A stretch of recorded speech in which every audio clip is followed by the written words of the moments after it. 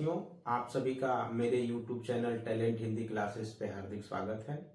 आज मैं आप लोगों के समक्ष रीतिकाल लेकर प्रस्तुत हुआ हूँ।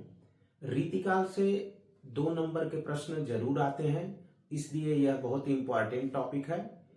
आपको रीतिकाल के बारे में पूरी जानकारी दूंगा कि रीतिकाल किसे कहते हैं, यानी संवत 1700 से 1900 तक के काल को रीतिकाल कहा जाता है। हिंदी साहित्य के इतिहास को 4 भागों में विभाजित किया गया है। इसका पहला काल है वह है आदिकाल, जिसकी समय सीमा है संवत 1050 से 1375 तक। तो संवत 1050 से 1375 तक के काल को आदिकाल के नाम से जाना जाता है और 1375 से 1700 तक के काल को भक्ति काल के नाम से जाना जाता है और संवत 1700 से 1900 तक के काल को रीतिकाल के नाम से जाना जाता है और संवत 1900 से अब तक के काल को आधुनिक काल के नाम से जाना जाता है। तो आपके सिलेबस में रीतिकाल और आधुनिक काल आपको पढ़ना है। आज मैं आप लोगों को रीतिकाल पे जानकारी दूंगा। अगली वीडियो में मैं आप लोगों को आधुनिक काल को पढ़ाऊंगा, क्योंकि आधुनिक काल थोड़ा सा बड़ा हो जाता है। आधुनिक काल को भी विभिन्न कालखंडों में विभाजित किया गया है, जैसे भारतेंदु युग, द्विवेदी युग, छायावादी युग, प्रगतिवादी युग, प्रयोगवादी युग, नई कविता। इस तरह से उसके भी विभिन्न कालखंड हैं, तो वो भी मैं पढ़ाऊंगा आप लोगों को। पहले हम आपको रीतिकाल समझा देते हैं, उसके बाद आधुनिक काल समझाएंगे। वहां से भी 2-3 क्वेश्चन आते हैं। तो आइए अपने रीतिकाल पर कि रीतिकाल किसे कहा जाता है। रीति का मतलब होता है एक परंपरा। परंपरा कौन सी थी? आचार्यत्व की परंपरा, पांडित्य प्रदर्शन की परंपरा, अपने ज्ञान का, अपने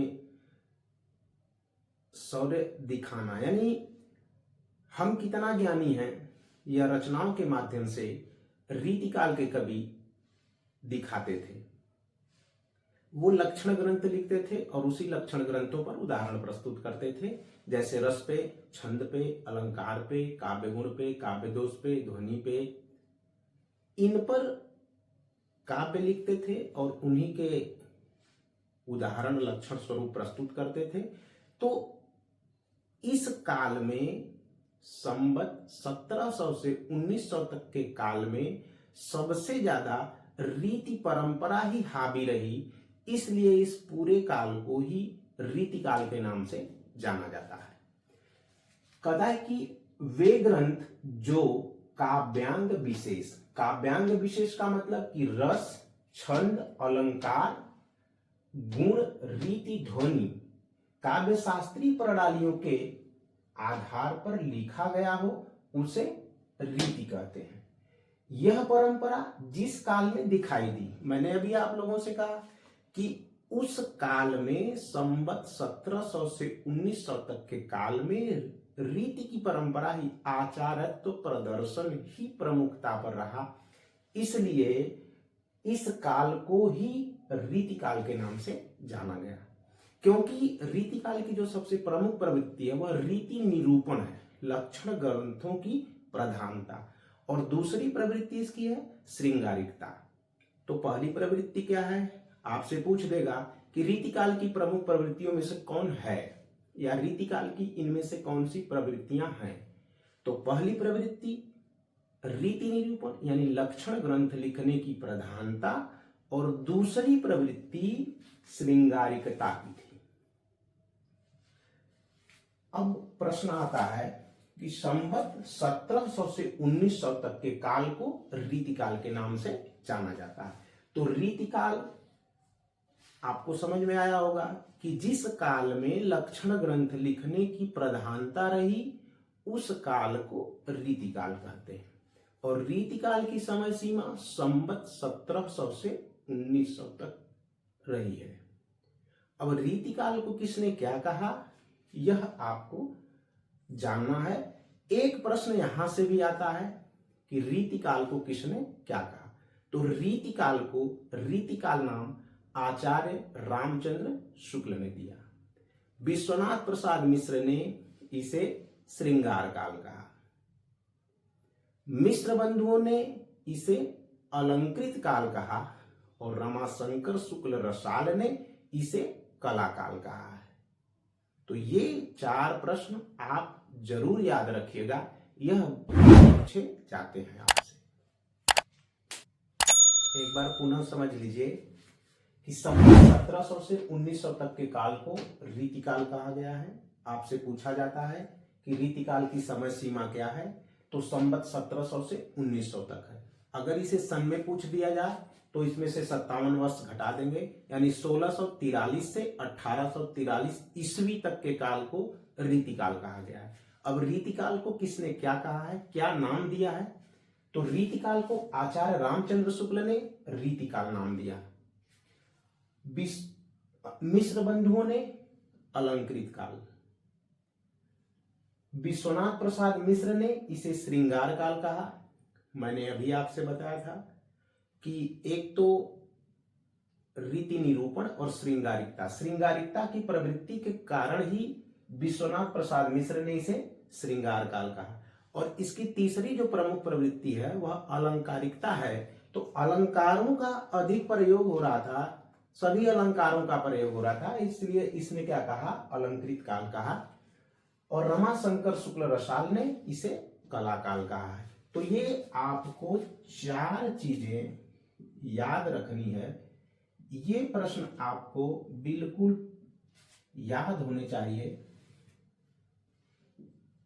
पहला प्रश्न कि रीतिकाल की समय सीमा क्या है, तो संवत 1700 से 1900 तक के काल को रीतिकाल कहा जाता है।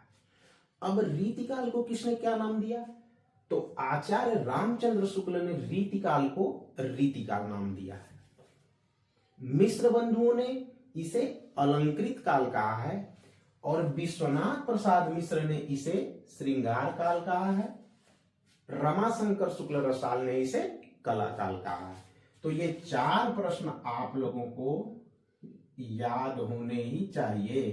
ये प्रश्न आपसे पूछा जाता है। अब बात आती है रीतिकाल का प्रवर्तक कवि किसे कहा जाता है। तो रीतिकाल का प्रवर्तक केशवदास को माना जाता है। यह आप लोग ध्यान रखेंगे जब भी आपसे प्रश्न पूछा जाएगा कि रीतिकाल का प्रवर्तक किसे कहा जाता है, तो रीतिकाल का प्रवर्तक केशवदास को कहा जाता है। लेकिन रीतिकाल के प्रवर्तन में मतभेद है। कुछ विद्वान हैं जो अलग अलग मानते हैं।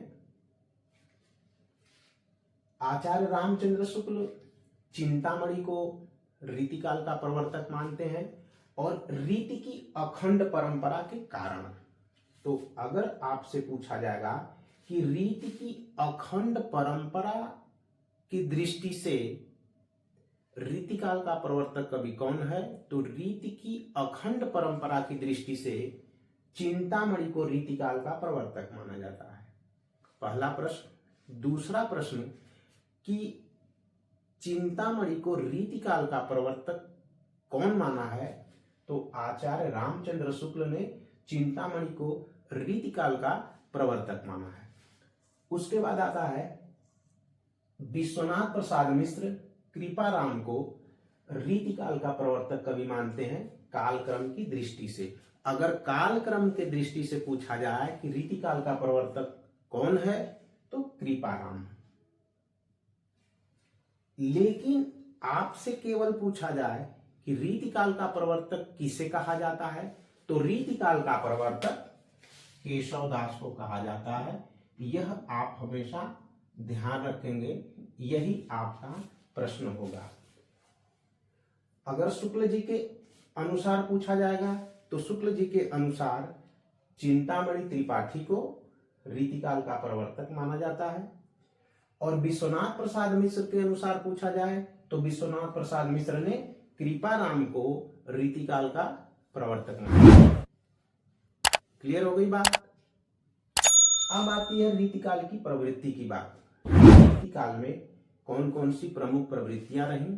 तो रीतिकाल में सबसे प्रमुख प्रवृत्ति रही रीति निरूपण की, यानी लक्षण ग्रंथों की रचना उस काल की सबसे प्रमुख प्रवृत्ति रही।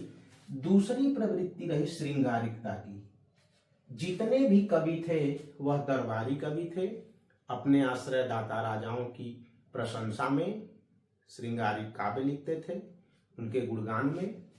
उसके बाद अलंकारिकता, अलंकारों का प्रयोग उस काल में खूब होता था। और चौथी प्रवृत्ति है ब्रज भाषा का प्रयोग। उस समय काव्य की जो भाषा थी वह ब्रज भाषा थी। 1900 से 1918 के बीच में जब द्विवेदी युग आता है तो द्विवेदी युग में ही महावीर प्रसाद द्विवेदी ने काव्य की जो प्रमुख भाषा रखी वह खड़ी बोली रखी। उससे पहले काव्य की भाषा क्या थी? ब्रज भाषा थी। तो ये आप ध्यान रखेंगे कि रीतिकाल की प्रमुख प्रवृत्तियों में दे देगा कि निम्नलिखित में से कौन रीतिकाल की प्रवृत्ति नहीं है। तो ये 4 दिखाई देगा, इनमें से कोई 3 रहेगा, 1 नहीं रहेगा। या पूछ देगा कि निम्नलिखित में से कौन रीतिकाल की प्रवृत्ति है, तो इनमें से कोई 1 रहेगा और 3 नहीं रहेंगे। तो इस तरह से दोनों चीजें आपको याद रखना है कि कौन सी प्रवृत्ति है और निम्नलिखित में से कौन सी नहीं है। तो इस तरह से आपके इस पर प्रश्न बनेंगे। अब आती है बात रीतिकाल के वर्गीकरण की। तो रीतिकाल का जो वर्गीकरण किया गया है वह 3 भागों में किया गया है। एक रीतिबद्ध कवि, दूसरा रीति सिद्ध कवि और तीसरा रीति मुक्त कवि। रीतिबद्ध कवि वे कवि थे जो रीति की परंपरा पर चल करके काव्य लिखे, यानी जिन्होंने रस, छंद, अलंकार, काव्य गुण, काव्य दोष इन पर रचनाएं की, उन्हें रीतिबद्ध कवि कहा गया। और रीतिबद्ध कवियों की श्रेणी में केशवदास, चिंतामणि, मतीराम, देव, पद्माकर, भिखारीदास, भूषण और ग्वाल कवि आते हैं। एक बार पुनः समझ लीजिए कि रीतिबद्ध वे कवि थे जो रीति की परंपरा में, यानी जो लक्षण ग्रंथ लिखे, जिन्होंने रीति ग्रंथों की रचना की, जिन्हें पांडित्य प्रदर्शन करना था, अपने विद्वता का प्रदर्शन करना था, उन लोगों ने काव्य रचनाएं की और उन्हीं काव्य रचनाओं पे उनके उदाहरण स्वरूप उन्होंने लक्षण लिखे। ऐसे कवियों को रीतिबद्ध कवि कहा गया है। तो रीतिबद्ध कवियों की श्रेणी में केशवदास, चिंतामणि, मतीराम, देव, पद्माकर, भिखारीदास, भूषण और ग्वाल आते हैं। रीति सिद्ध कवि वे कवि जिन्हें रीति की परंपरा की पूरी जानकारी थी, लेकिन काव्य रचना करते हुए उन्होंने इस परंपरा का निर्वहन अपने काव्य में नहीं किया, यानी उन्हें रीति ग्रंथ लिखने की जानकारी थी, लेकिन उन नियमों को उन्होंने अपनी रचनाओं में आत्मसात नहीं किया। उन नियमों के अकॉर्डिंग उन्होंने रचना नहीं की, लेकिन वो रीति में सिद्धहस्त थे, यानी रीति में निपुण थे। ऐसे कवियों की श्रेणी में, यानी रीति सिद्ध कवियों की श्रेणी में एकमात्र कवि बिहारी आता है। अब आती है बात रीति मुक्त कि रीति मुक्त किसे कहा जाता है। रीति मुक्त वे कवि थे जो रीति की परंपरा से बिल्कुल दूर रहे। उन्होंने हृदय में जो बातें आई उन्हें ही अपनी कविताओं में उन्होंने सुनाया, उसी पर उन्होंने अपने ग्रंथों की रचना की। वो स्वच्छंद कवि कहे गए, यानी रीति मुक्त कवि को स्वच्छंद कवि भी कहा जाता है। और रीति मुक्त कवियों की श्रेणी में घनानंद, आलम, बोधा, ठाकुर, द्विजदेव ये लोग आते हैं। एक बार पुनः समझ लीजिए कि रीति सिद्ध कवि वे कवि थे जिन्हें रीति की परंपरा के बारे में जानकारी थी, लेकिन उन्होंने इस जानकारी को अपनी रचनाओं में नहीं दिखाया। रीतिमुक्त वे कवि थे जो रीति की परंपरा से दूर रहे, उन्हें हृदय में जो बातें आई उन्हीं हृदय की बातों को उन्होंने अपनी रचनाओं में उतारा। तो ऐसे कवियों को रीतिमुक्त कवि कहा गया, स्वच्छंद कवि कहा गया। और स्वच्छंद कवि या रीतिमुक्त कवियों की श्रेणी में घनानंद, आलम, बोधा, ठाकुर, द्विजदेव आते हैं। और रीतिकाल में एकमात्र कवि भूषण एकमात्र ऐसे कवि हुए जिन्होंने वीर रस की कविताएं लिखी। शिवराज भूषण, छत्रसाल दर्शक, शिवा बावनी इनकी रचनाएं हैं। तो भूषण, आपसे पूछा जाए कि रीतिकाल में ऐसा कौन सा कवि था जिन्होंने वीर रस की कविताएं लिखी, तो भूषण ही एकमात्र ऐसा कवि है जिन्होंने वीर रस की कविताएं लिखी हैं। अब इस पर एक प्रश्न बनता है, वह कैसे बनता है समझ लीजिए कि इनमें से दे देगा कि निम्नलिखित में से कौन रीतिबद्ध कवि है। तो रीतिबद्ध कवियों में केशवदास, चिंतामणि, मतिराम, देव, पद्माकर, भिखारीदास, भूषण और ग्वाल आते हैं। यानी आपको रीतिबद्ध कवियों की श्रेणी को याद रखना है कि कौन सा कवि रीतिबद्ध है। फिर क्या प्रश्न पूछेगा कि निम्नलिखित में से कौन रीति सिद्ध कवि है। तो कौन कवि है? बिहारी एकमात्र ऐसा कवि है जो रीति सिद्ध कवि है। फिर प्रश्न क्या पूछेगा कि रीति मुक्त कवि कौन है। तो कौन रीति मुक्त कवियों की श्रेणी में है? घनानंद, आलम, बोधा, ठाकुर और द्विजदेव, ये 5 रीति मुक्त कवि हैं और ये एक रीति सिद्ध कवि है। बाकी जो बचे वह कौन है? रीतिबद्ध है। आपको अगर ये लगता हो कि हम याद नहीं कर पाएंगे तो आप एक तो रीति सिद्ध को, बिहारी को, रीति मुक्त को घनानंद, आलम, बोधा, ठाकुर, द्विजदेव को याद रखिए। इनके सिवाय जो बचेंगे आप रीतिबद्ध में उन्हें गिन लीजिएगा। तो इस तरह से एक प्रश्न रीतिकाल के वर्गीकरण पर पूछा जाता है कि कौन सा कवि रीतिबद्ध कवि है या कौन सा रीति सिद्ध है या कौन सा रीति मुक्त है या कौन सा रीति मुक्त में नहीं है।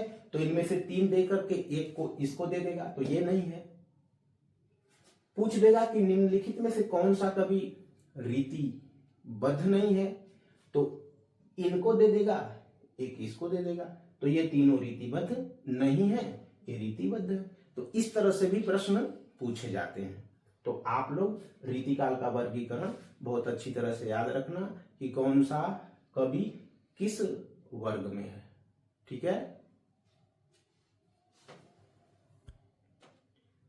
अब हम देखते हैं कि रीतिकाल के कवियों की क्या क्या रचनाएं हैं, क्योंकि रचनाओं से भी प्रश्न पूछे जाते हैं।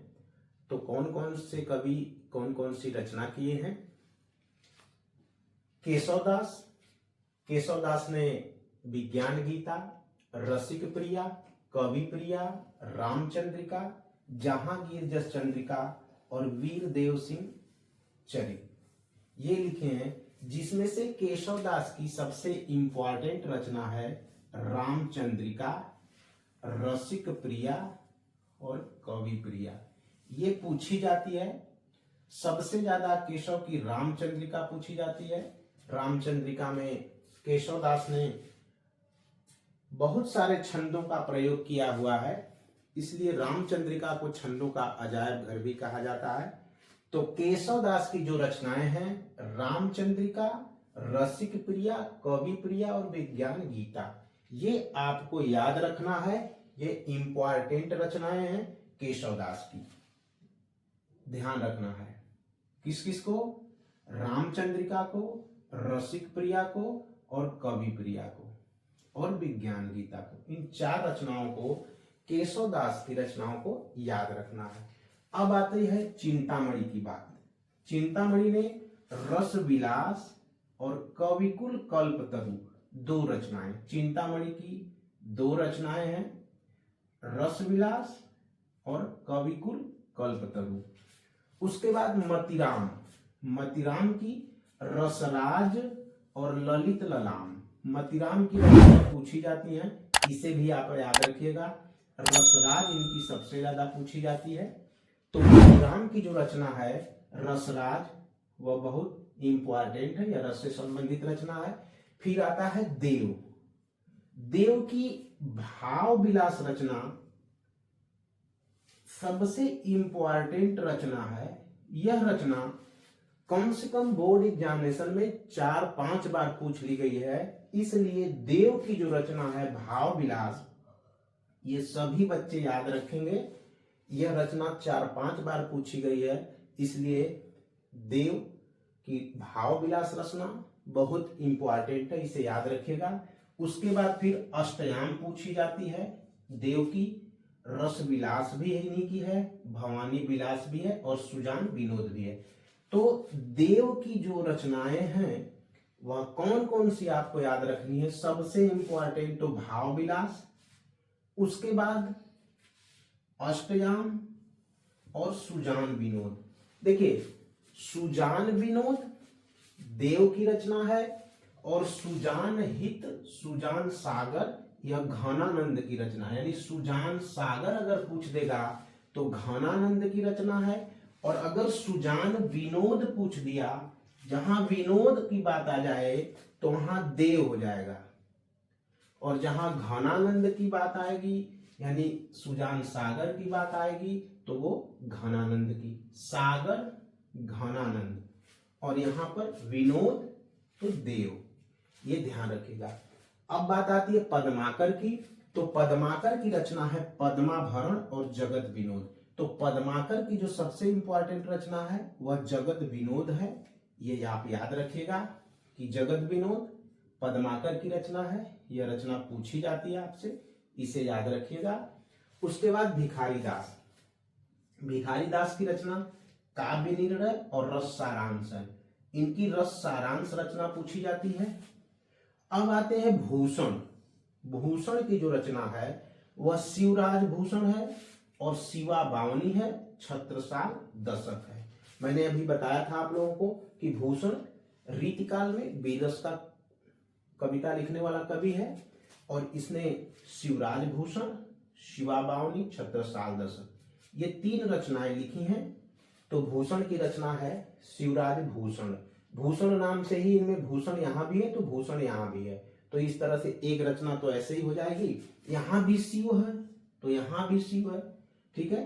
तो ये भूषण की शिवा बावनी और शिवराज भूषण, उसके बाद छत्रसाल दशक, तो ये हो गए भूषण। अब आते हैं बिहारी। रीति सिद्ध कवि में बिहारी।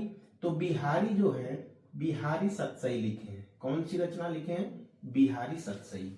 केवल इनकी एकमात्र रचना है बिहारी सतसई। इस बिहारी सतसई को शक्कर की रोटी कहा जाता है। बिहारी सतसई के बारे में कहा जाता है कि सतसैया के दोहरे ज्यों नाविक के तीर, देखन में छोटन लगे घाव करे गंभीर। बिहारी के दोहे क्या हैं? रस के छोटे छोटे छींटे हैं। यह देखने में बहुत छोटे लगते हैं लेकिन इनका अर्थ बहुत ही गूढ़ होता है। इसलिए बिहारी की जो कवि रचनाएं हैं केवल एक ही रचना है बिहारी सतसई, जिसमें 719 दोहे हैं। कितने हैं? 719 दोहे। अगर आपसे पूछ लिया जाए कि बिहारी के रचना बिहारी सतसई में कितने दोहे संकलित हैं तो 719, यही इंपॉर्टेंट रचना है बिहारी सतसई बिहारी की। वहां देगा 713 और 719, ये निश्चित 2 रहते हैं तो आपको 719 पर निशान लगाने हैं। इस बात को ध्यान रखना, इनकी एकमात्र रचना है बिहारी सतसई। अब बात आती है रीति मुक्त कवियों की। रीति मुक्त कवियों में घनानंद की रचना है इश्कलता और बिरह बारिश। घनानंद मोहम्मद शाह रंगीले के मीर मुंशी थे और उन्हीं के दरबार में एक सुजान नामक की नर्तकी थी जिससे ये प्रेम करते थे। उसी के कहने पे जब उसने इन्हें धोखा दे दिया तो ये वृंदावन चले गए और उसी के वियोग में इन्होंने रचनाएं लिखी हैं। यानी घनानंद किससे प्रेम करते थे? सुजान नामक नर्तकी से। सुजान यहाँ लिया दो रचनाएं इनकी है सुजान नाम से। तो ये उन्हीं के वियोग में रचना किए हैं इष्टलता, विरह लीला, सुजान हित, सुजान साहित्य। यहाँ घनानंद की रचनाएं। अब आती है बात आलम की। इन्होंने एक रचना लिखा है माधवानल काम कंदला। फिर बात आती है बोधा की। बोधा इश्कनामा और विरह बारिश। इनकी क्या है, विरह लीला है। घनानंद की विरह लीला है, तो बोधा की विरह बारिश है। बोधा भी सुभान नामक नर्तकी से प्रेम करते थे। राजा ने इन्हें भी राज दरबार से बाहर निकाल दिया था। फिर ये राजा को किसी तरह से खुश कर पाए। राजा ने कहा बोलो क्या चाहिए, तो बोले सुभान अल्लाह, यानी हमें कौन चाहिए, सुभान चाहिए। तो फिर बोधा से सुभान की शादी हो जाती है। तो इन्होंने, बोधा ने सुभान के वियोग में दो रचनाएं लिखी, एक तो इश्कनामा और विरह बारिश। उसके बाद ठाकुर ठसक, ठाकुर शतक। द्विजदेव की रचना है श्रृंगार लतिका। एक सेनापति हैं रीतिकाल में जिन्होंने कवित्त रत्नाकर लिखा है। यह भी इंपॉर्टेंट रचना है। ये अगर आप जानना चाहेंगे कि किस परंपरा में आते हैं, तो ये रीति सिद्ध परंपरा में आते हैं। तो इस तरह से आप लोगों को रीतिबद्ध, रीति सिद्ध, रीति मुक्त कवियों को याद रखना है और उनकी रचनाओं को याद रखना है। देव की भाव विलास इंपॉर्टेंट रचना है। अष्टयाम इंपॉर्टेंट रचना है। भूषण की शिवराज भूषण, शिवा बावनी, छत्रसाल दशक इंपॉर्टेंट है। केशवदास की रामचंद्रिका, रसिक प्रिया, विज्ञान गीता और कवि प्रिया इंपॉर्टेंट है। बिहारी की बिहारी सत्सई इंपॉर्टेंट है। घनानंद की इश्कलता और विरह लीला आपको याद रखना है, इंपॉर्टेंट है। बोधा की इश्कनामा और विरह बारिश आपको याद रखनी है। उसके बाद रीतिकाल की प्रवृत्ति निश्चित आपको याद रखनी है कि रीति निरूपण, श्रृंगारिकता, अलंकारिकता और ब्रज भाषा का प्रयोग। रीतिकाल को किसने क्या नाम दिया है, ये आपको याद रखना है। रीतिकाल की समय सीमा क्या है, ये आपको याद रखना है। तो इस तरह से आपको रीतिकाल के बारे में जितनी भी जानकारी थी मैंने आपको बता दिया। प्रश्न यहां से निश्चित आते हैं। सभी बच्चे बहुत अच्छी तरीके से इसे तैयार रखेंगे।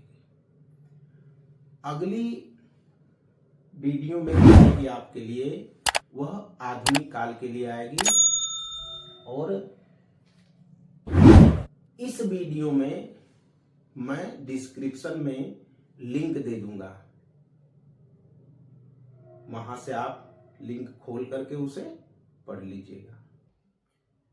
प्रिय विद्यार्थियों, आप सभी का मेरे YouTube channel talent Hindi classes पे हार्दिक स्वागत है।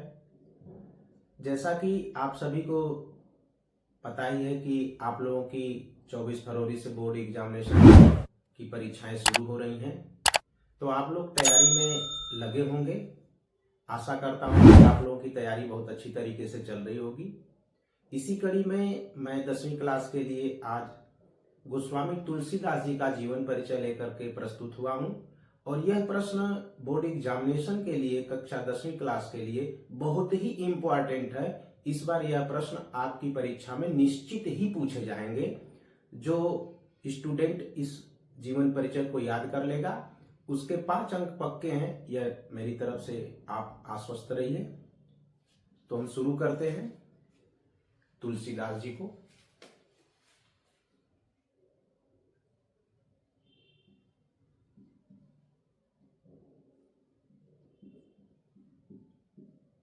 तुलसीदास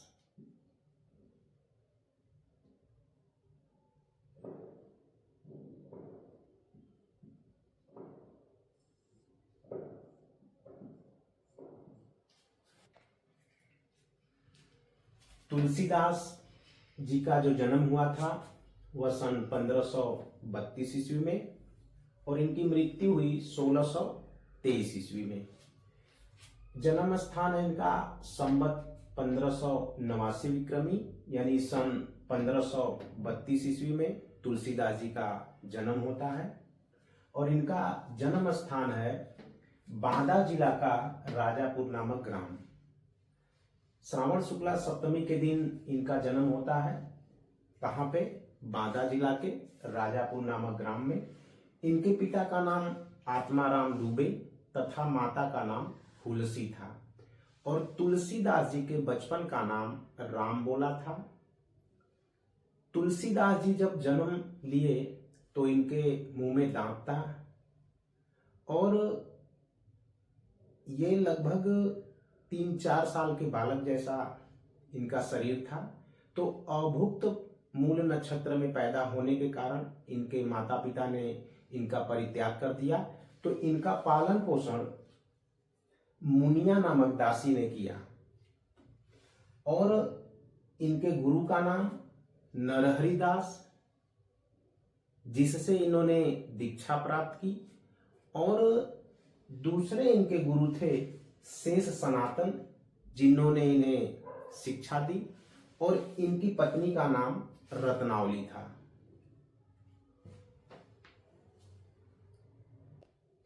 एक बार पुनः समझ लीजिए, गोस्वामी तुलसीदास जी जो है वह सगुण भक्ति धारा के रामाश्रय शाखा के कवि हैं और ये राम के अनन्य भक्त थे। इनका जन्म संवत 1589 यानी सन 1532 ईस्वी। अब थोड़ा सा यहां आप समझिए कि सन और संवत में क्या अंतर होता है। तो सन और संवत में जो है वह 57 वर्ष का अंतर होता है। 57 वर्ष का अंतर होता है। अगर संवत है, संवत दिया हुआ है, अगर हमें सन निकालना है तो संवत में से 57 वर्ष हम क्या करते हैं, माइनस कर देते हैं। तो जब हम माइनस करेंगे इसमें से तो क्या होगा, 1532 आएगा। और अगर हमें संवत निकालना हो, अगर सन दिया हो तो इसमें हम 57 वर्ष जोड़ देंगे तो यहाँ विक्रम संवत आ जाएगा। तो इस तरह से सन और संवत 2 तिथियां दी जाती हैं, इसलिए मैंने दोनों लिख दिया है यहाँ पे। इनका जो जन्म स्थान है वह बांदा जिला के राजापुर नामक ग्राम में इनका जन्म हुआ था और इनके पिता का नाम आत्माराम दुबे तथा माता का नाम हुलसी था। और तुलसीदास जी के बचपन का जो नाम था वह राम बोला था। जब ये पैदा हुए तो ऐसा जनश्रुति है, लोग ऐसा बताते हैं कि राम राम कहते हुए ये पैदा हुए थे, इसलिए माता पिता सोचे कि भाई ये कैसा विचित्र बालक पैदा हो गया, ये तो राम बोल रहा है, नाम बोल रहा है, ये तो हंस रहा है, इसके मुंह में पहले से ही दांत है। तो माता पिता इस चीज से डर गए और इन्हें घर से बाहर फेंक दिया। तो इनका पालन पोषण मुनिया नामक एक दासी थी, उन्होंने ही इनका पालन पोषण किया। और उसके बाद इनके गुरु नरहरि दास, जिनसे इन्होंने दीक्षा प्राप्त की, और शेष सनातन अपने दूसरे गुरु जी से इन्होंने शिक्षा प्राप्त की और इनका विवाह रत्नावली नामक कन्या से होता है। इनकी पत्नी का नाम रत्नावली था। ये अपनी पत्नी रत्नावली से बहुत प्रेम करते थे।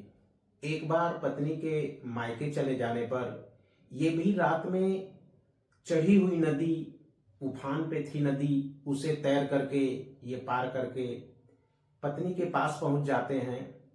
पत्नी जब देखती है तो उसे बड़ा आत्मग्लानि होती है और उसे बड़ी आत्मग्लानि होती है। तो वो कहती है, इन्हें धिक्कारते हुए कहती है कि लाज न लागत आपको दौड़हि आए साथ, अधिक अधिक ऐसे प्रेम को कहाँ कहूं मैं नाथ, अस्ति चर्म मम देह में तामे ऐसी प्रीति, ऐसी जो श्री राम में होती तो भवभीति। इस कथन को सुनकर के तुलसीदास का मन विरक्त हो जाता है, उदासीन हो जाता है और वह पुनः लौट जाते हैं उसी समय और काशी चले जाते हैं। फिर जा करके काशी में रहने लगते हैं और संवत 1680 विक्रमी में यानी सन 1623 ईस्वी में इनकी मृत्यु हो जाती है। इनकी मृत्यु के संबंध में एक दोहा बहुत ही प्रसिद्ध है कि संवत 1680 80 गंग के तीर श्रावण शुक्ला सप्तमी तुलसी तजेव शरीर। इनकी मृत्यु के संबंध में यह दोहा बहुत ही प्रसिद्ध है कि संवत 1680 गंग के तीर, श्रावण शुक्ला सप्तमी तुलसी तजेव शरीर। काशी में रहते हुए सन 1623 ईस्वी में इनकी मृत्यु हो जाती है। इनकी रचनाएं तुलसीदास जी की 12 प्रामाणिक रचनाएं मानी जाती हैं। वैराग्य संदीपनी, रामाज्ञा प्रश्नावली, रामलला नहछु, जानकी मंगल, रामचरितमानस, पार्वती मंगल, श्री कृष्ण गीतावली, गीतावली, विनय पत्रिका, दोहावली, बरबय रामायण, कवितावली। इन 12 रचनाओं में से तुलसीदास की सबसे सशक्त और सबसे महत्वपूर्ण रचना रामचरितमानस मानी जाती है, जिसमें 7 कांड हैं। अयोध्याकांड, बालकांड, अरण्यकांड, किष्किंधा कांड, लंका कांड, उत्तरकांड, सुंदरकांड, इस तरह से इसके 7 कांड हैं। उसके बाद तुलसी की दूसरी सबसे इंपॉर्टेंट रचना विनय पत्रिका मानी जाती है। ये रामचरितमानस तुलसी की प्रसिद्धि का आधार है और विनय पत्रिका में इनका आत्मनिवेदन प्रस्तुत है, जिसमें इन्होंने भगवान श्री राम से अनुग्रह किया है, आत्मनिवेदन किया है। इसमें वैराग्य संदीपनी जो है वह ब्रज भाषा में लिखी गई है, ब्रज भाषा में है। रामाज्ञा प्रश्नावली जो है वह अवधी में है। रामचरितमानस भी अवधी भाषा में लिखी गई है और विनय पत्रिका जो है वह ब्रज भाषा में लिखी गई है।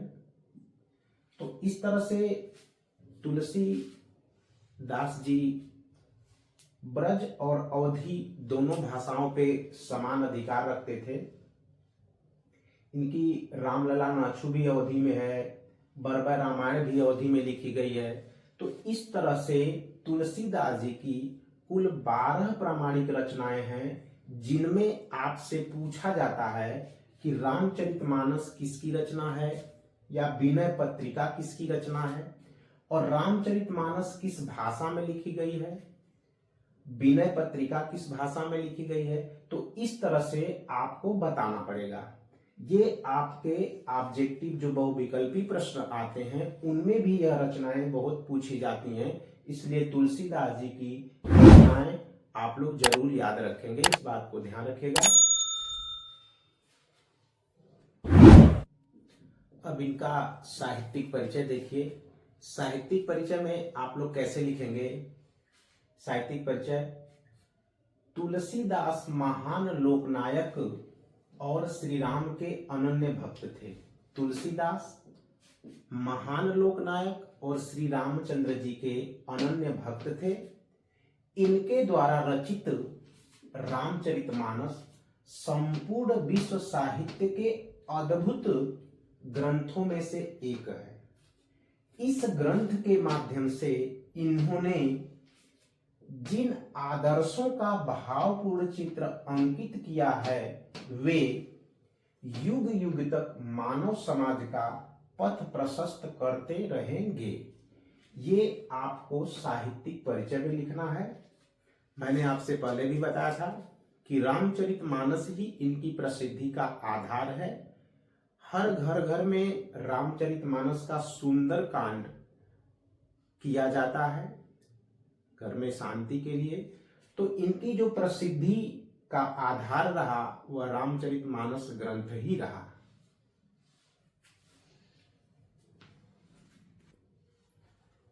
तुलसीदास की भाषा शैली: तुलसीदास ब्रज और अवधी दोनों भाषाओं में काव्य रचनाएं किए हैं।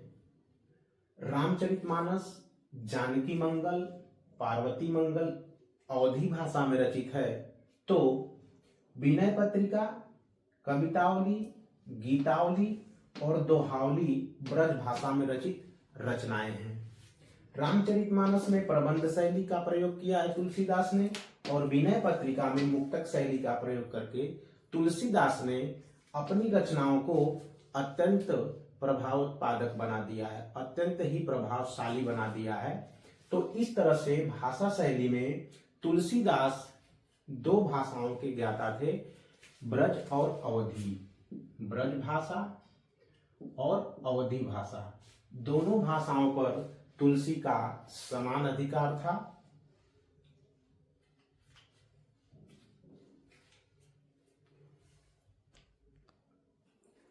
अब इनका साहित्य में स्थान देखते हैं कि इनका साहित्य में क्या स्थान है।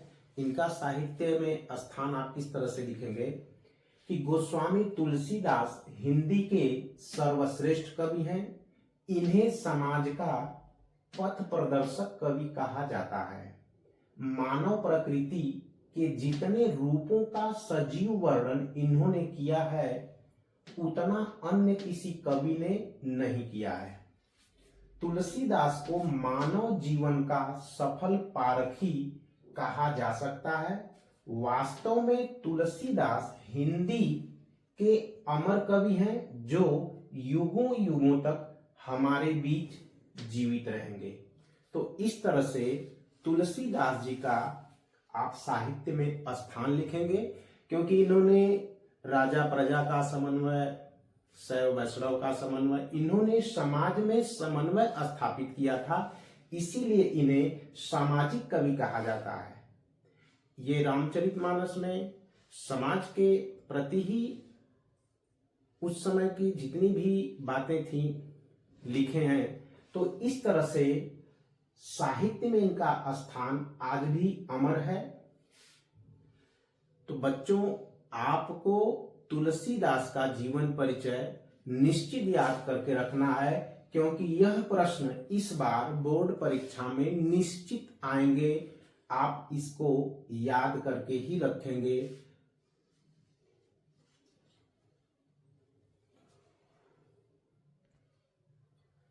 आप लोगों को मैंने जयशंकर प्रसाद और आचार्य रामचंद्र शुक्ल का जीवन परिचय पहले ही वीडियो बनाकर आपको दे दिया हूं, उसे आप जरूर याद करिए। गद्य से आचार्य रामचंद्र शुक्ल और जयशंकर प्रसाद निश्चित आएंगे, और इस बार काव्य से तुलसीदास और सूरदास में से निश्चित आएंगे। तो मैंने आज आप लोगों को तुलसीदास जी का जीवन परिचय आज मैंने आप लोगों को समझाया, इसे आप याद रखेंगे।